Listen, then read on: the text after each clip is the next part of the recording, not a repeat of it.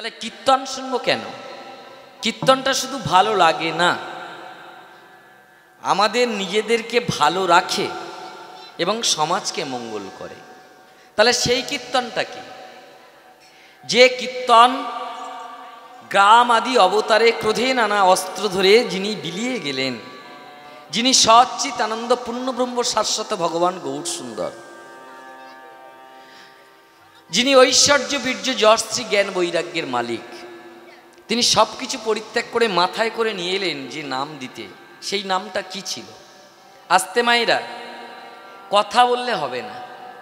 আমি কালো মতো, দেখতে খারাপ, পছন্দ না হতে পারে, চলে যাওয়া ভালো, রদ দেখা কলা বেচা দুটো কাজ হবে, কিন্তু কথা বলার হরিনাম শোনা হবে না, হতেই পারে না।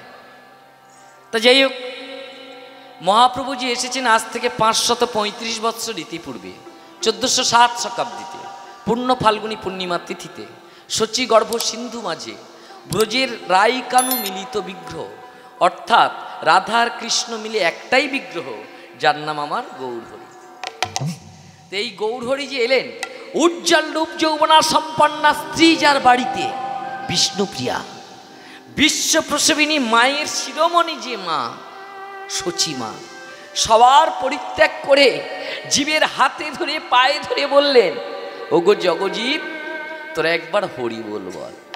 আচ্ছা মা, হরিনাম তো এই নিয়ম সেবার মাসে আপনাদের গ্রামে গ্রামে অবিলন হয়েছে, হরিনাম প্রত্যেকটা গ্রামে ঘটস্থাপনা করে হচ্ছে। তো এই হরিনামের যদি এত উপকারিতা থাকে, এই হরিনামের যদি এত গুণাবলী থাকে, তাহলে তো আমাদের দেশে আর পাপি তাপি 2 নম্বর ব্যভিচারী চরিত্রহীন লম্পট এইরকম থাকার কথা ছিল না, নাকি? তাহলে আজ থেকে 535 বছর আগে নিয়ে আসা হরিনামটা কি বর্তমানে আর কার্যকরী হচ্ছে না? বর্তমানে কি আর কাজে লাগছে না? আপনারা কি দেখছেন?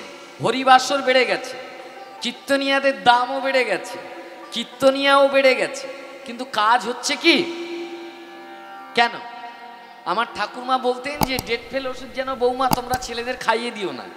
তাহলে হরিনামটা কি 535 বৎসর ইতিপূর্বে আসার কারণে ডেট ফেল হলো না? কিন্তু সেরকম কিছু না। তাহলে হরি নাম যে নিয়ে এসছেন, সেই নামটা কি নাম?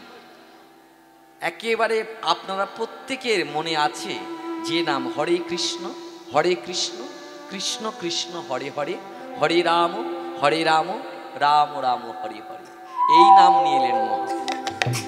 এখন হচ্ছে কি নাম? পদাবলী কীর্তন। কিন্তু পদাবলী কীর্তনটুকুও যদি হয়, তাতেও জগৎমঙ্গল হবে, কিন্তু বর্তমানে তো পদাবলী কীর্তনও নেই।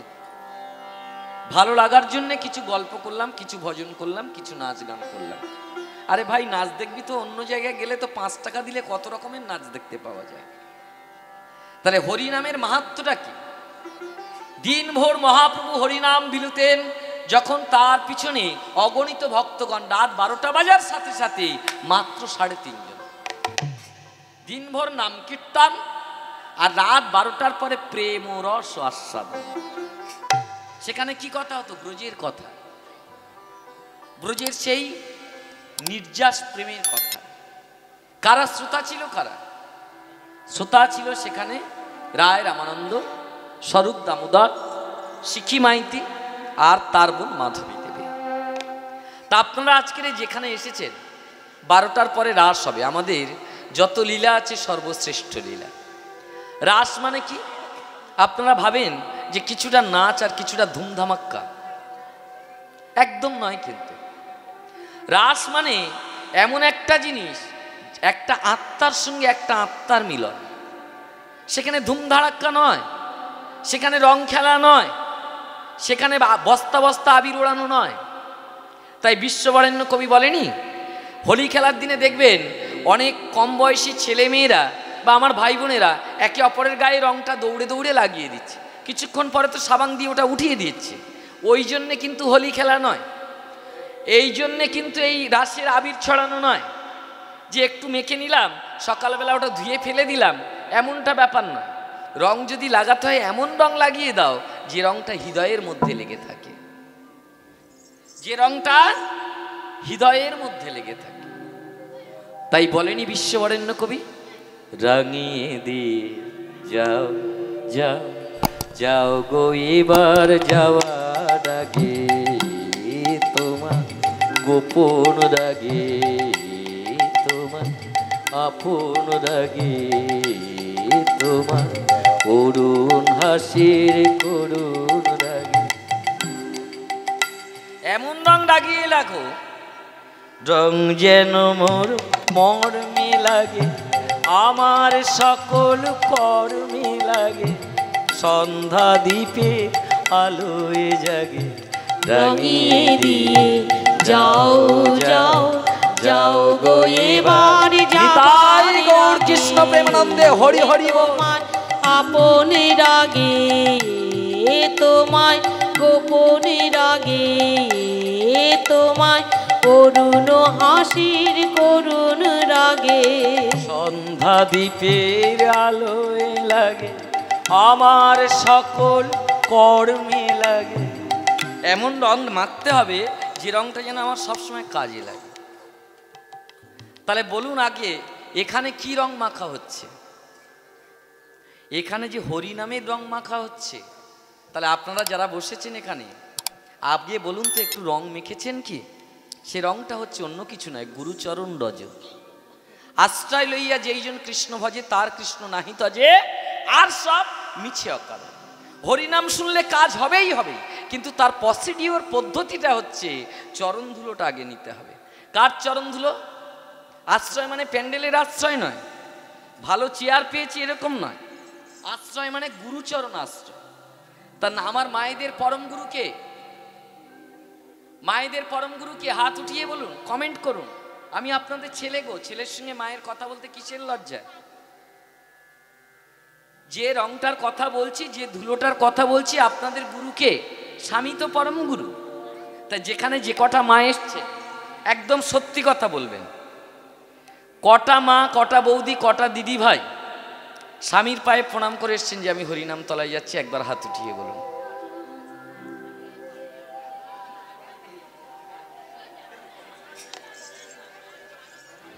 ঘরে ঘরে গীতা পাঠ, ফল তবু ফলবে না। দেশলাই কাঠিতে দোষ থাকলে একটাও কাঠি জ্বলবে না। যত নামই দল আনুন না কেন, হরি নামে কলিযুগে কাজ কেন হচ্ছে না, এটাই আপনারা তার জ্বলন্ত দৃষ্টান্ত। আপনারা প্রশ্ন করতে পারেন, আমার তো স্বামী নেই। কে বলেছে স্বামী নেই? একটা মেয়ের কটা স্বামী, কটা মারা গেল। আর যদিও মারা যায়, তার আমাদের হিন্দু সনাতন ধর্মে আলতা দিয়ে চরণ চিহ্ন আছে, সেখানে স্মরণ নেওয়া যায়। যদি স্বামী বিদেশে থাকে স্মরণ নিয়ে আসা যায়। শুধু মায়েদের না, বাবাদের ক্ষেত্রেও পরম গুরুকে পিতা মাতা, বাবা মাকে ভাত দিই না। আমি বড় মাপের দল নিয়ে এসেছি, আমি অনেক লোক খাওয়াচ্ছি, কিছুই হবে না। তাহলে বাবা মা যদি স্বর্গীয় হয় তাকে স্মরণ নিয়ে আসুন, কাজ হবে না মানে? কাজ হতে বাধ্য। তাই সেই ধুলো নিয়ে আসতে মায়েরা, হাসলে কিন্তু হবে না। আপনাদের ধুলো মাখতে বললাম, আপনারা ভাবছেন কি বাজে ছেলে রে বাবা, কত কষ্ট করে আমরা ফেসিয়াল করে এলাম, ভুরু প্লাক করে এলাম, এই আবার ধুলো মাখতে বলছে, তাই না? কি গো, এই ধুলো যতক্ষণ না মাখবেন প্রেম কিন্তু আসবে না। আমি যে পদাবলীটা করলাম, দামিনী দাম, দামিনী মানে কি মাইরা? দামিনী মানে বিদ্যুৎ, দাম মানে মালা। শ্রী চৈতন্য মহাপ্রভুর গলে যে ফুলমালা দুলছে, আজ যেন আমি দেখলাম ঠিক বিদ্যুতের মালা। দূরে গেও দরপকি দাব। কীর্তন মানে অনেকটা নাচ গান এরকম নয়, কিন্তু কি বিষয় আছে, কি রতন আছে খুঁজে নেওয়া। দূরে গেও দরপকি দাব, সেই বিদ্যুতের মালার দিকে যিনি তাকাচ্ছেন, যে জাতক জাতিকে একবার যাচ্ছে, তার দর্প দম্ভ ইহকাল পরকাল সব সপে দিয়ে হা গৌর প্রাণ গৌর বলে নেচে উঠছে, নিতাই গৌর হরি বল হরি বল। এতগুলো মা আছেন, হাত উঠছে কই, উলুধ্বনি বাজছে কই? আস্তে বললে তবে, বললে তবে। আগে চাই ভাব, পরে হবে লাভ। তাহলে ভাব আসবে কি করে?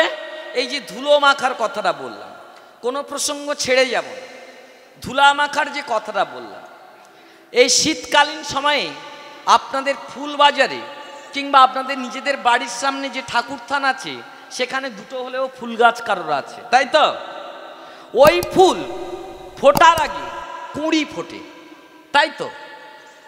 শুধু শাস্ত্রের কথা কেন মানবেন, আমার কথা কেন মানবেন? বিজ্ঞানের ছেলে মেয়ে, আধুনিক যুগের ছেলে মেয়ে, একদম আধুনিক যুগে ফিরে আসুন। ওই ফুলের উপর যতক্ষণ না প্রকৃতির ধুলো পড়ে ততক্ষণ কিন্তু কুঁড়ি ফুল হয় না। বুঝতে পারছেন? কুঁড়ির উপরে যতক্ষণ না প্রকৃতির ধুলো পড়ে ততক্ষণ কুঁড়ি ফুলে পরিণত হয় না। ঠিক একজন জাতক কিংবা একজন জাতিকা, একটা দাদা কিংবা একটা বোন, যেই হোক, সে হরিনামে তখন এসে প্রাণ মেলে বসতে পারবে যদি তার হৃদয়ে কুঁড়িটা ফোটে। ফুটবে কি করে?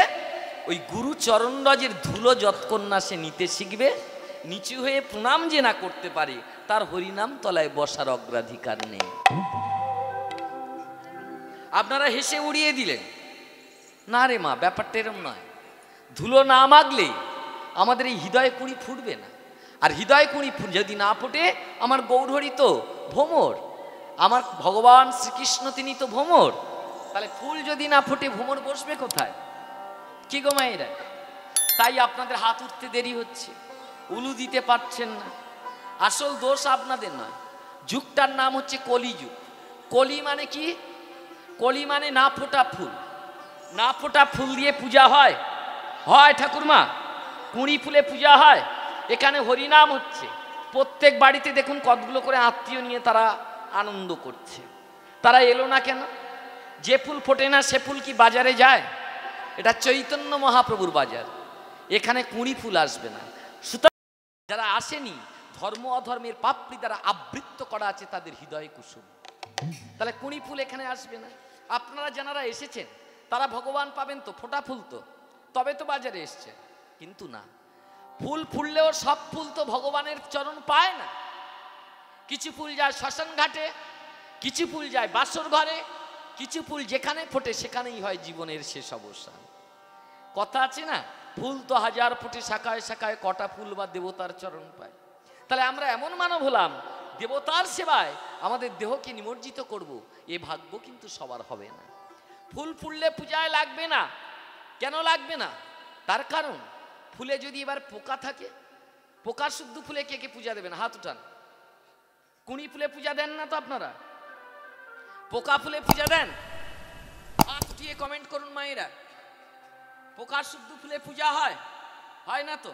যারা হরিবাসরে বসে ওই যে পাকায় গোল টেবিল করে, কথা বলে, ওদের দোষ নয়। বাইরের ফুলে যেমন পোকা লাগে, মানবের হৃদয় ফুলে ওরকম পোকা লাগে। কি কি পোকা লাগে? 5টা পোকা। জাতের পোকা, বিদ্যার পোকা, মোহেত্বের পোকা, রূপের পোকা, যৌবনের পোকা। এই 5টা পোকা মিলে কুরে কুরে কুরে কুরে জীবন শেষ করছে। আমি হরি বলবো, আমি নেচে উঠবো, আমি উলুধ্বনি দেবো কোথায়? এদিকে তো পোকা কামড়াচ্ছে। আস্তে, এখন তো বলি নাই। তাহলে 5টা পোকা, তা যা এসছে সব পোকা শুদ্ধ ফুল হয় না? এমনটা তো নয়।